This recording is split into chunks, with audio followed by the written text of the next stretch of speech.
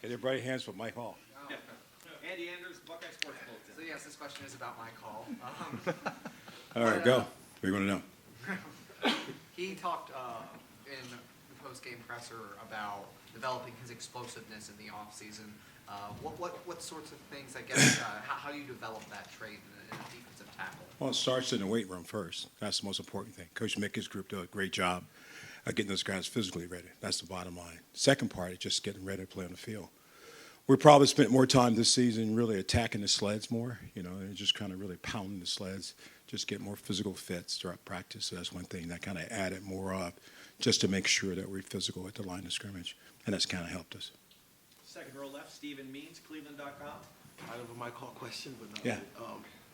Whether it's moving Zach inside in the rushman package or when Jack is the Jack moving around and so Mike is technically on the end now, what has been a more, I don't want to say difficult, but like difficult process developing Mike Hall's edge skills or developing Zach Harrison's? Well, you got to look at the front. If you look at the 5 technique playing in, it's no different playing 3 technique on the inside. It's the same spacing as we see. It might have more space because he's outside. So we felt when you were a pass rusher, you can rush from the 5 technique, 3 technique very well. You want to see him in a 9 technique wider than that because he'll be out of space, too much space for him.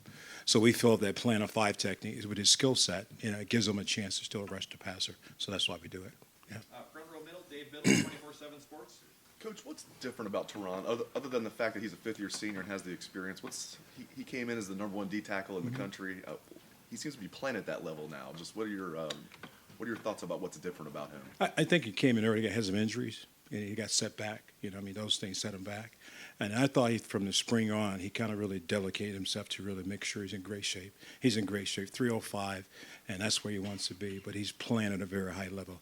And he's a great leader on the front four for us. He knows everybody's position. He can get them lined up. And that's the thing I think he's doing a great job. And the leadership skills he brings to us is pretty good, too. So I think that's the biggest thing. He's stronger, he's healthy, and he's playing at a very high level. Right next door, Bill Rabinowitz, Columbia Dispatch. Yeah, I noticed at the end of the game, Caden Curry made a play where he kind of like jumped or leaped and made a tackle. I mean, what have you seen from him? I mean, does he kind of jump out to you the way that he sometimes does? I said it to him, Caden Curry is a football player. Put him on the field, and he'll find a way to make a play. And that's what I saw him do in high school. You just watch him play in high school. He's just all over the field. And that's the kind of player he is. And so as we continue to move forward the next 6 weeks, hopefully get a chance to give him more reps and can I get him a chance to do some things on the field. But I like him a lot, the fact that what he brings to the table. Fourth row right, Cameron Teague, Robinson, The Athletic. Larry, just this defensive line, it seems like there's a different person every time they get a big play. Obviously, Mike had a big play, had a big game, but, Zach Harrison had a good game. I think JT's probably 3 holes away from 3 sacks the other day. What is the dynamic like with this defensive line that they don't really care who wins, and they know that if each of them do their job, this defensive line is going to be good? I think that's the key. I think you said it all. I think, first of all, you got to realize who we are as the Rushmen. We don't care who gets the credit as long as we're all playing hard, and that's the bottom line. And that's something we sell in the room. Let's play as a group, let's play as a unit, and we're all successful when everybody has one play. So Mike Hall had great plays, but it celebrates everybody. You go watch the plays, you see a guy that got blocked, guy got free, and then Mike is making a play. And I think that's the testament to the players themselves, understanding exactly what the Rushmen mean, playing together as one. That one pack is what I call it. Right next door, Tony Gerben, Buckeye Huddle. Larry? When you guys are charting after the game, GAs or whatever, do you guys keep track of holds and who gets held in terms of the defensive lineman? Who gets what? Who gets held by the offensive line? Not much necessarily. We watch and cut it up, put it on a videotape. You can't you send it to the officials, right? You can't send it to the officials. But yeah, we watch it and just see it. Just the kind of guys know it. It's frustrating for our guys. I know it is. Just try to keep them. It's part of the game. We just got to keep pressing away, and that's what we try to sell. But yeah, so we have a lock of all those plays. Yeah. If I say that JT is leading the team and being held, would you agree with that? Where would you put him on the standings? Oh, he's getting some extra credits. I think there's some extra attention, as would say, for some reason. But that's part of it, though, right? It really is, and then you look at the game, look at the play, and you worry about the defensive end, so you start tripling, you start doubling. And when you start doing that, you turn somebody in loose one-on-one, and that's why the matchup's pretty good for us. Before, you'd have one defensive end was really good, and you might have another guy, then they double, you got nothing. So now when you decide to chip both ends, you turn two guys loose on the inside one-on-one. Maybe the center slide to one guy, but you leave one guy one-on-one. And we count on that one-on-one to win for us. Deep left, Brendan Gulick, Buckeyes Now on Sports Illustrated. Hey, Coach, thanks for spending some time with us.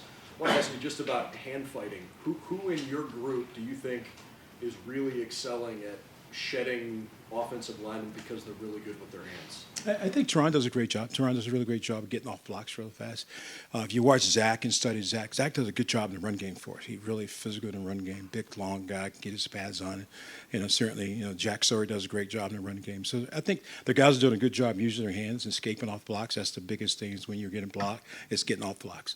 And that's just something we practice every day, working on getting off football, getting off blocks also. Far left, Nathan Barrett, Cleveland.com.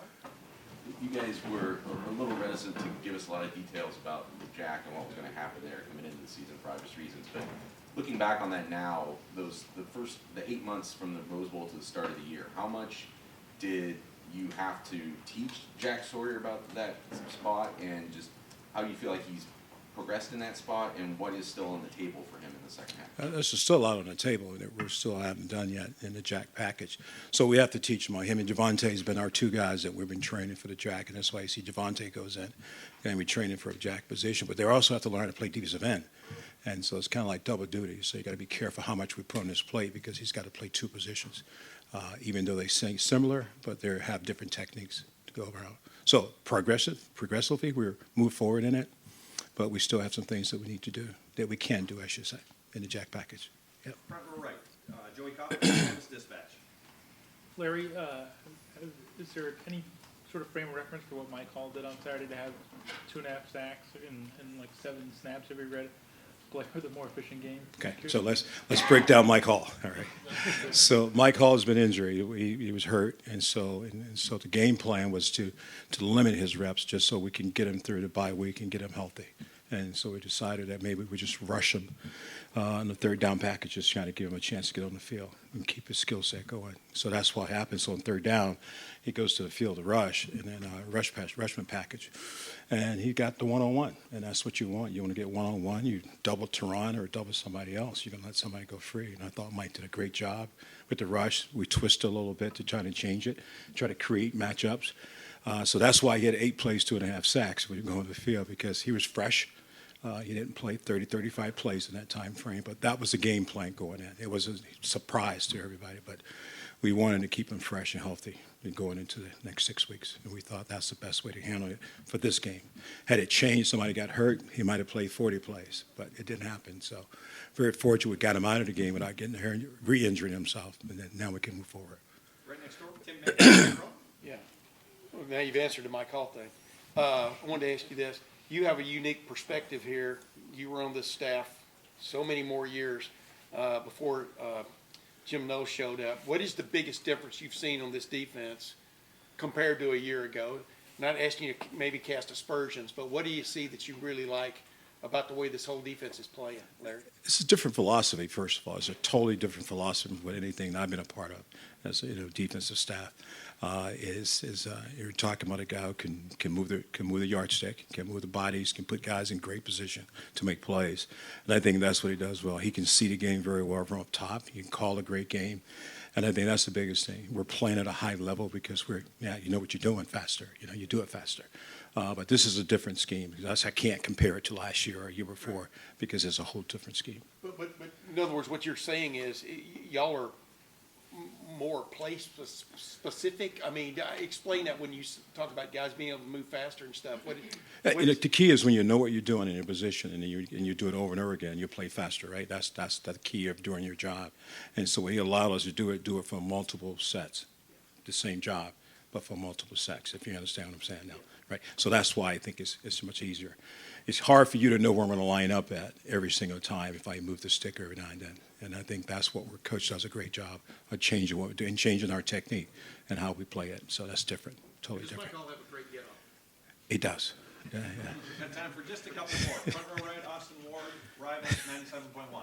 Larry, we know your preference, your philosophy is to rotate and play as many game-ready guys as you see fit. It seemed like maybe the last couple of weeks you've pared that down a bit. Coach Day and Coach Knowles talked about that as well, like maybe letting the starters have a larger share. Is your philosophy evolving? Is the game-ready depth not at the level maybe you thought it would be? What's sort of your evaluation? You have to play those guys longer to get them game ready for when you got to play 60 or 70 plays.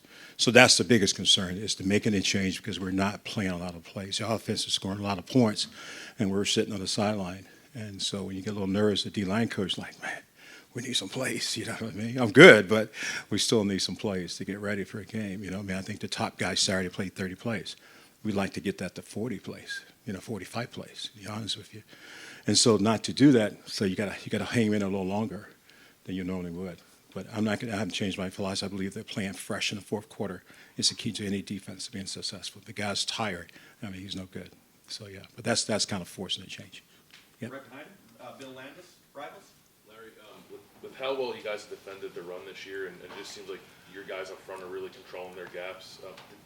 Did you guys change anything with how you play against the run this year, or what would you attribute that success to? I just think you got veteran guys coming back, right? And I think that's the biggest key. We have guys that played last year, and now they're back, understanding the technique to play our gap scheme. I think that's, and then you move them a little bit to kind of change. And every defensive lineman needs a three-way go. You need to go in, you need to go out, and obviously going forward. And so that's the thing that Coach Noah's done a great job, giving an opportunity to change so we're not sitting darts. You know what I mean? So now when I'm playing a gap, I can play it more physical because I know exactly where I'm at. And if I change the gap, I got a chance to penetrate. So it's a little bit of both. I think it's fundamentals, techniques, and the fact that the scheme allows us to play really solid at the line of scrimmage. Yeah. And final questions, third row left, Dan Hope, 11 Warriors. Larry, you said before the season you thought you had an alpha dog on the defensive line. Is all that alpha dog? Yeah, we still got some dogs left. Now, I don't think you can say it right now. We're 6 weeks, and we're really pleased where we're at right now, to be honest with you, as a unit. And as the defense, I think the 6 weeks would kind of determine who that guy's going to be. There's some front runners, but I hate to say right today who's the alpha dog. I guess I hope a couple more dogs can run in the pack. That's what I'm hoping.